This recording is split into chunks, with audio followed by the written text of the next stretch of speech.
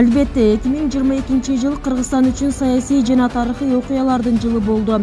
Тарыхта калчу жыл катары Өзбекстан менен чек арадагы талаш тартыштуу аймактардын толук чечилишин айтууга болот. Эки тарап бул жаатта келишип, тынчтык жолу менен бул маселеге чекит койду. Буга чейин тагыраагы эгемен жылдардан бери чек ара маселеси баш оору болуп чечилбей, эки өлкө ортосунда карым-катыш токтоп, чек аралар бир тараптуу жабылган болчу. Бул көйгөй артта калып, коңшу өлкө менен соңку жылдары туугандык мамиледе жакшыра баштады. Жакынкы күндөрүдө эки эл күткөн бир канча өткөрмө бекеттердин ачылышы күтүлөт. Эгер ачылып калса, абдан жакшы болот, элге да жакшы болот. Бүт эл мына бардыгы келип атат, бүт бардыгы ушу ачылышын күтүп атабыз. Ала Бука районунун Гавасай тагыраагы Чоңсай тилкеси буга чейин такталбаган талаш тартыштуу зона болуп келген. Бул жерде жергиликтүү тургундар менен Өзбек чек арачылары ортосунда бир нече ирет пикир келишпестик жаралган. Эми бул маселеге чекит коюлганы айтылат. Ол жерге барбагыла алып кетип калат. Нейтральный зона, уяка кириш мүмкүн эмес. Кыргыз-Өзбек чек арасындагы буга чейин такталбаган талаш тартыштуу зоналарга да чекит коюлду. Бул жаатта нейтралдуу deyilген 19 000 гектардан ашуун жер Кыргызстан тарапка өттү. Талаштуу аймактын запкысын тарткан жергиликтүүлөрдүн кубанычында чек жок. Мурун нейтральный зона деп бөлүштүрүп койгон, түгү Кыргызстан жери болгон. Бир убакыт келгенде тапшыра албайбыз деген атап алгылар өткүзүп берген аларга. Олар документ кылып картада түшүрүп алган. Biz бергибиз келсем, наоборот айдайбыз, алар бизди куу салат. Ушинтип ушул убак кече келдик.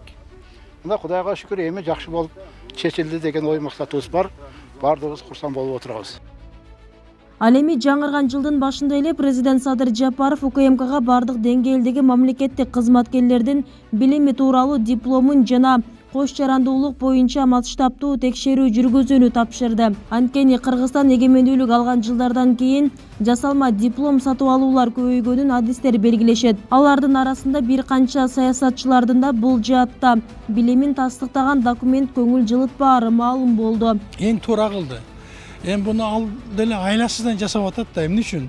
Себеби уламдан улам эле бирөө депутат болобу, же министр болобу келип эле дипломдун жасалмалыгы жөнүндө маселелер улам мындай күчөп көтөрүлүп атат да. Өзү мындай болбош керек болчу нормалдуу коомдо. 28 февралда Борбордук шайлоо комиссиясы 1 май жана Свердлов округтарында жогорку кеңешке депутаттарды кайрадан шайлоо өткөрдү. Аталган эки тилкеде 2021 жылдын 28 ноябрындагы шайлоодо баарына каршы графасы алдыга чыккандыктан шайлоо өткөн жок деп таанылган. Ал эми кайра шайлоонун жыйынтыгы менен 50 талапкердин арасынан Эльвира Сурабалдиева жана Шайлообек Атазов 90 депутаттын катарына кошулган.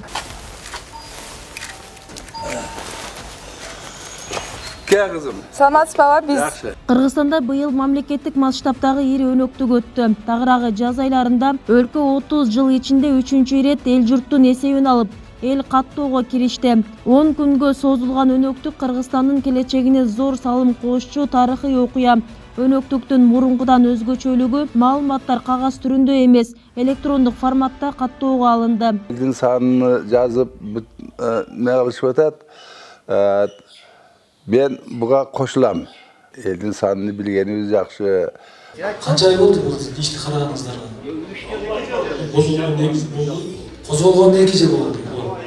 Анда сиздер иштеп атасыздар. 2 жылда бир ошол компанияны таап албасаңыздар.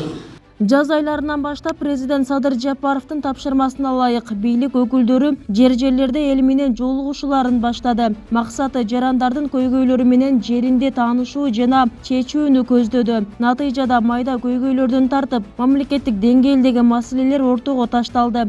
Жеринде чечилген көйгөйлөр да арбын болду. Ишин так аткарбаган жетекчилерге эскертүүлөр берилди. Кызматтан алынгандар да болду. Жолугушуулардын жыйынтыгы менен мен ойлойм тийиштүү жетекчилер дагы жазасын алышат.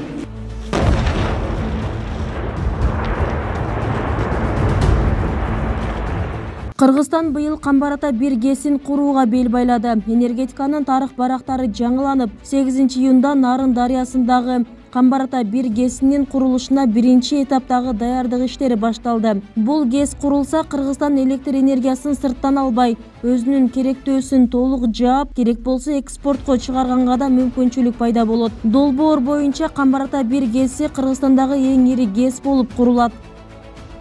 Бул жылыда Кыргыз-Тажик чек арасында бир нече конфликттер орун алды. Арасында өлүм менен коштолуп, жүздөгөн жаранды жарадар кылган агрессиялык чабуул 14 сентябрда катталды. Кыргыз-Тажик чек арасындагы ок атышуу 16 сентябрда курчуду. Жаңжалда Кыргызстандын 63 жараны курман болду. 206 адам ар кандай жарааттарды алды.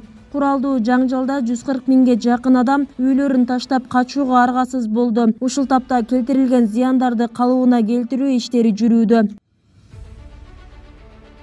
Үстүбүздөгү жылда эл эсинде калган кадр саясатын өзүнчө белгилебесек болбос. Кадр маселеси бул жылыда жаңылануулар менен коштолду. Алсак 4 министр, энергетика, транспорт, маданият жана билим берүү министрлери бир эле убакта кызматынан алынды. Экс билим берүү министри Алмазбек Бейшеналиев ири суммадагы пара алууга шектелип кармалып кетти.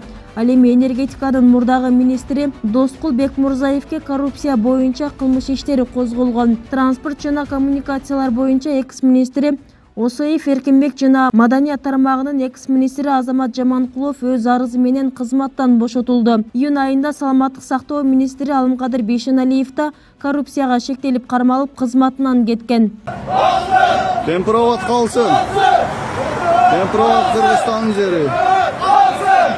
12 ай аралыгында митингдер, саясий пикеттер да болбой койгон жок. Күз айларында тагыраагы 23 октябрда милиция бир катар саясатчы, жарандык активисттердин үйлөрүн массалык түрдө тинтүүгө алып, өздөрүн кармап кеткен. Жалпысынан 20дан ашык жаран тергөөгө камсыздалып, аларга массалык башалмандыктарды уюштурууга даярдануу боюнча кылмыш иши ачылган. Алар Кемпирбат суу сактагычынын Өзбекстанга берилишине каршы позициясын билдирип келишкен. Бирок буга чейин президент Садыр Жапаров чагымчылдар Кемпирбат боюнча маселени түшүнүп турса дагы, элди тескери жакка бурганга аракет кылып жүрүшкөнүн, алардын максаты чыр чыгарып, өлкөгө бүлүк салуу экенин айтып, бийлик андайга жол бербей турганын белгилеген.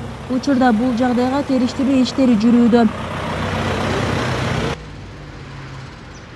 Бул бир жыл аралыгындагы эң негизги дээрлген саясий окуялар. Мындан сырткары майда бирок маанилүү иштер да көп аткарылды. Бул жылда элдин пайдасын көздөгөн жарлыктар чыгарылып, күчүнө кире баштады. Бүбүсара Орозалиева, 7 канал.